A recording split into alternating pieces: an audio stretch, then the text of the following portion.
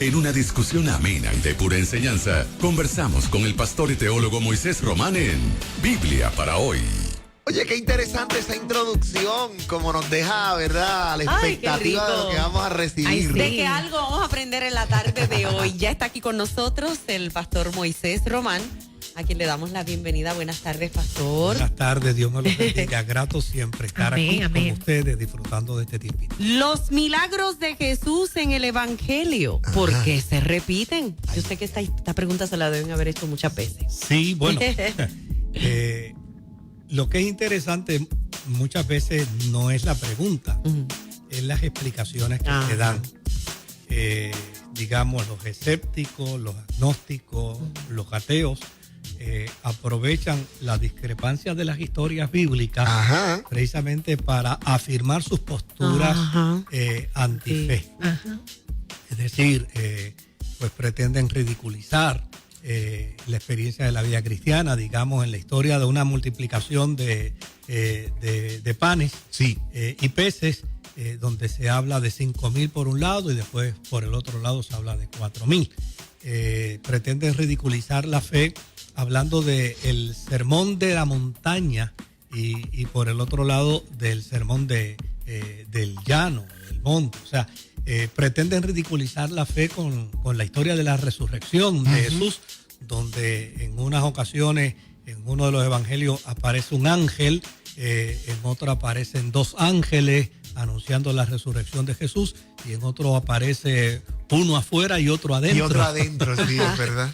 Pues ellos aprovechan esas coyunturas, claro, para entonces hacer sus críticas y pretender con ello ridiculizar la experiencia de la fe cristiana. Interesantemente, hace algunas semanas atrás yo estaba conversando con un grupo de estudiantes y profesores de humanidades de una universidad y le decía a los profesores que tuvieran mucho cuidado con la fe y con los religiosos, porque la razón por la que existen las humanidades es porque la iglesia la propuso, la estableció dentro de las universidades que se crearon. Claro. Claro. Y las escuelas catedralicias fueron el inicio de las universidades. Sí, señor. Y las humanidades, pues obviamente, fueron productos precisamente de la mente de religiosos en aquel momento. Mira qué dato interesante. La Biblia nos presenta 4 evangelios. Obviamente 3 son sinópticos. ¿Qué quiere decir que son sinópticos? Bueno, que están bajo una especie de parecido en términos históricos unos con los otros. Por ejemplo, el evangelio de Mateo, el evangelio de Marcos y el evangelio de Lucas se consideran evangelios sinópticos. Hay otro evangelio, el evangelio de Juan.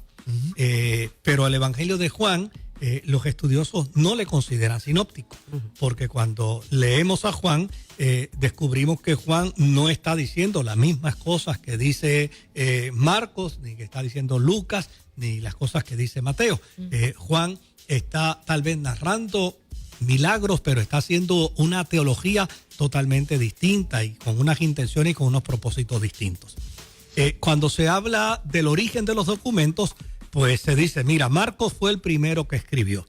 Y desde luego hay algunos estudiosos de la Biblia que van a decir, sí, pero Marcos no era discípulo de Jesús. Marcos era un muchachito cuando Jesús estaba iniciando su ministerio. Así que lo que Marcos escribe no lo pudo haber vivido, haber presenciado. Entonces, pues esos estudiosos dicen, bueno, lo que pasa es que Pedro le contó a Marcos las historias. Y desde luego se las contó y Marcos las escribió en un koiné, en un lenguaje hebreo, pero de pueblo, con unas particularidades, con un griego prácticamente muy mal pronunciado, muy mal escrito, pero ahí está el documento. Y la validez que tiene el documento es que si es cierto que Pedro le contó a Marcos, pues obviamente Marcos está narrando historias de una fuente primaria.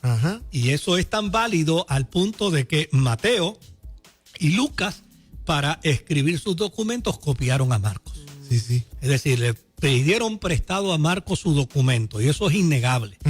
Cuando uno mira el Evangelio de Mateo y el Evangelio de Lucas, uno descubre que ambos le pidieron prestada información a Marcos para ellos poder escribir su documento. Hay otros que van a decir, mira, Marcos escribe pensando en un auditorio, pensando en una audiencia que no era necesariamente judía. Otros van a decir, pero Mateo cuando escribe pensando en una audiencia judía, porque obviamente la intención de Mateo es procurar con toda su pasión de demostrar que Jesús es el Cristo.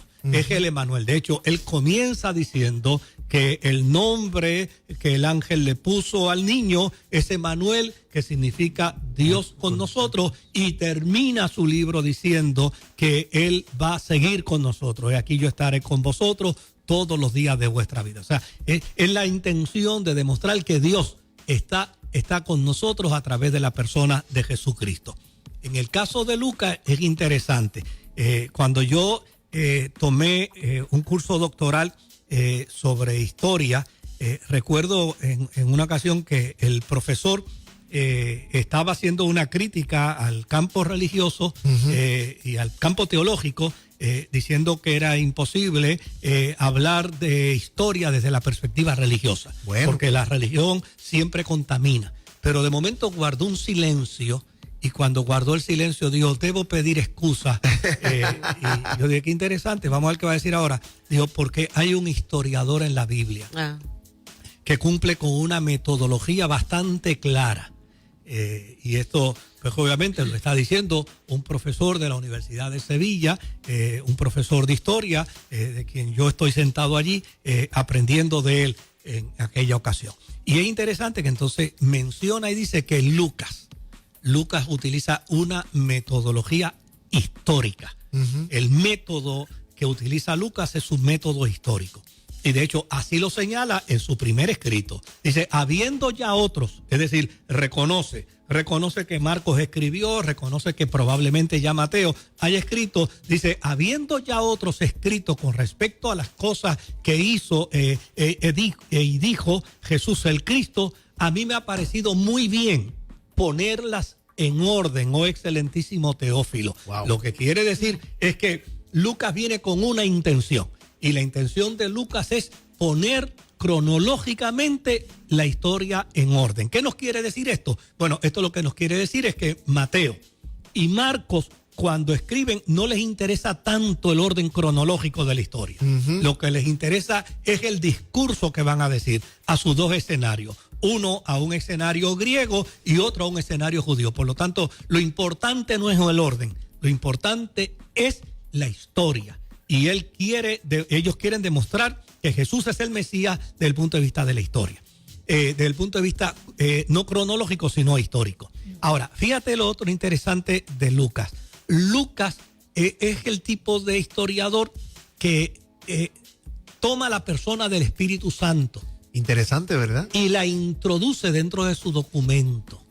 Porque me parece que Lucas en su pensamiento entiende esto sumamente necesario, porque obviamente es la persona del Espíritu Santo que le va a dar continuidad a la vida de la iglesia y a los hechos dentro de la iglesia. Sí, ese hecho vendría a ser como el tomo 2, pero el protagonista es el Espíritu Santo, no necesariamente los apóstoles. No necesariamente los apóstoles. Así que vemos entonces esa intención doble por parte de Lucas.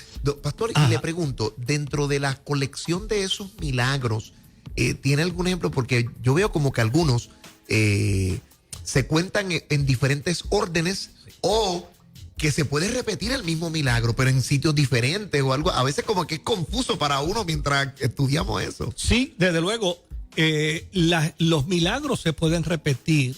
En ocasiones se plantean totalmente distintos. Por ejemplo, en un lugar se sana a un leproso, en otro lugar se sanan a 10 leprosos. Uno dice, venga acá. ¿Cuántos fueron? ¿Cuántos fueron, no? ¿Cuál es la tendencia y qué planteamientos se pueden sacar de esto? número uno. El primer planteamiento que yo quiero subrayar con letras mayúsculas es que esto no niega la autenticidad de los hechos. Eso es.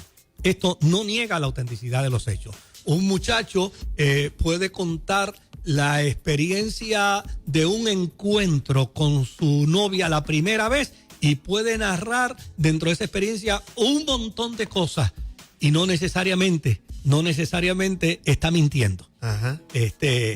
Simplemente recuerda eventos y utiliza los eventos recordados en un momento dado, pero está hablando de la misma persona y está hablando del mismo sentimiento, de la misma experiencia. Usted puede ver un accidente de auto, por ejemplo, y ser un testigo de muchos, claro, de los que hay allí. Y cada uno de esos testigos se va ahora a su casa y uno va a decir que el accidente fue con un Ford y otro va a decir que fue con un Chevrolet y otro va a decir que el carro era rojo y el otro va a decir que el carro era negro y uno va a decir que estaba en el medio de la carretera y el otro va a decir que estaba en el paseo.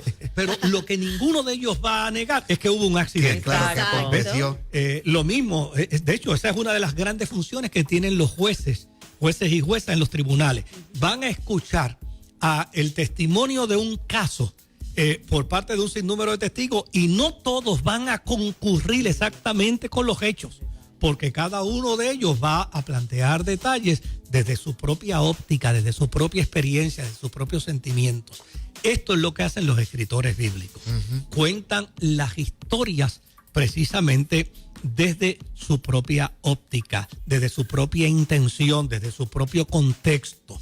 Y en ese sentido, pues ellos van a narrar las historias. De hecho, yo dije hace unas semanas atrás, precisamente aquí en el programa, que en Puerto Rico a nadie se le ocurriría negar que Cristóbal Colón vino. Ajá. Aun cuando todavía al día de hoy no se sabe por dónde entró. Se ha probado, exacto. O sea, no se sabe por dónde entró, pero nadie va a negar que vino. Ajá. Pues esto es lo mismo que nos sucede dentro del marco histórico de los evangelios. Vas a encontrar una historia narrada por la experiencia de Mateo, distinta a la misma historia que narra Marcos. Pero esto no niega en lo absoluto la veracidad del planteamiento bíblico. Ahora, yo temería más y me causaría mayor sospecha si todas las historias neotestamentarias de los evangelios fueran idénticas. Ajá. Interesante, ¿verdad que sí? Si fueran idénticas, entonces a mí me levantaría un signo de interrogación bien serio, porque imagínate, ¿cómo pudiera probarse que en un tiempo tan lejano como 2000 años atrás, donde hay una iglesia dentro del marco de una persecución, dentro de una crisis, ahora aparezcan poniéndose de acuerdo Mateo, Marcos, Lucas y Juan para escribir lo mismo idénticamente uno detrás de otro? Eso crearía una duda increíble. Exacto. A mí me parece que la seriedad del documento de los evangelios, la integridad de los pasajes bíblicos de los evangelios radica precisamente en el hecho de que las historias pueden ser narradas desde óptica, desde perspectivas distintas, pero la verdad sobre los hechos sigue siendo fundamentalmente la misma. O sea, ninguno de ellos niega que Jesús es el Mesías. Ninguno de ellos niega que Jesús predicó e hizo milagros. Ninguno de ellos niega que Jesús murió en la cruz. Ninguno de ellos niega que Jesús es hijo de José y de María. Ninguno de ellos niega que nació en Belén. Es decir, los hechos fundamentales dentro del marco histórico que pueden afirmar la veracidad de un evento están claramente demarcados ahí. Que se habló de una resurrección desde ópticas distintas. Eso es más a favor de las escrituras que en contra de las escrituras. Que se habló de milagros, por ejemplo, de multiplicación de panes y peces en un lugar y de milagros de panes y peces con otro número de cantidad de gente. Eso abona más precisamente. Sí, que en el imaginario de la gente estuvo tan presente que dice, oye, esto sucedió. Eso sucedió. Hay distancia geográfica, pero no se niega el hecho del acontecimiento. Y por el otro lado, hay otro dato que es interesante, y es que no podemos negar que Jesús no anduvo con un secretario. Ni con nadie que le levantara un acta. Coge el acta. Y aún si tuviera un secretario, siempre se dicen las cosas de distintas maneras. Desde luego. O sea, Entonces, siempre. Cuando Ay. probablemente se narra la historia de un milagro de Jesús, por primera vez, y en este caso si adjudicamos a Marcos como el primero, cuando Marcos escribe el milagro de Jesús por primera vez, ese milagro ya había sucedido probablemente cerca de 40 años. Ajá, eso es. Sí. Entonces, si sucedió cerca de 40 años, ¿cómo podemos pretender Claro. que el autor describa el milagro al pie de la letra en el detalle? De la Y letra. que en el mundo antiguo no dice 40 años que mucho. No. En el mundo antiguo a veces tenemos distancias, pero años de que una cosa sucede y se pone y nadie cuestiona Es que eso. Nadie cuestiona eso. los editores, o sea, Sí. tú haces un artículo ahora, Pastor Moisés, haces un artículo, lo envías, ¿verdad? Y puede que entonces ya cuando lo plasmaron en los libros, te cambiaron muchas cosas. Sí, eso No, pasa en los desde luego. libros. En los Desde luego, libros, ustedes saben no de solamente eso, como autores. La gente que ofrece conferencias de prensa y después al otro día Exacto. Dice, pero abren yo el no dije periódico eso. y dicen, pero ¿qué dijeron aquí? Yo no dije nada de eso. Bueno, pues es el problema de la Eso es edición así. posterior. Nada de esto, absolutamente nada de esto niega la veracidad. Lo interesante de la fe cristiana desde la perspectiva de los evangelios es que, si bien es cierto, hay historias bíblicas neotestamentarias que no son recogidas desde el punto de vista de los historiadores de aquel tiempo, no es menos cierto que los historiadores de aquel tiempo hablan de la persona de Jesús, hablan de los seguidores de Jesús, hablan del impacto de los milagros de Jesús, hablan del testimonio de la resurrección de Jesús, hablan de la historia de su muerte y de su pasión, y por sobre todas las cosas afirman y dicen que muchos murieron creyendo y afirmando que ese Jesús al que le llamaban el Cristo era el Mesías.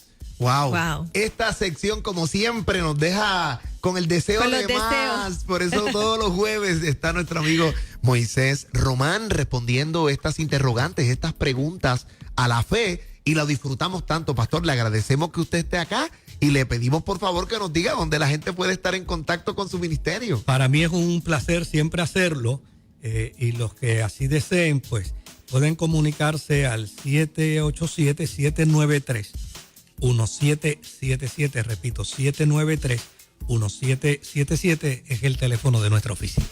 Qué bueno, usted quédese con nosotros. Oye, mucha música variada. Por ahí las chicas de las bellezas campesinas de la tarde vienen por ahí. Debe estar Todo eso y cerquita. mucho más. Y no somos Lourdes y yo, es Ruperta y Rufina. Otra.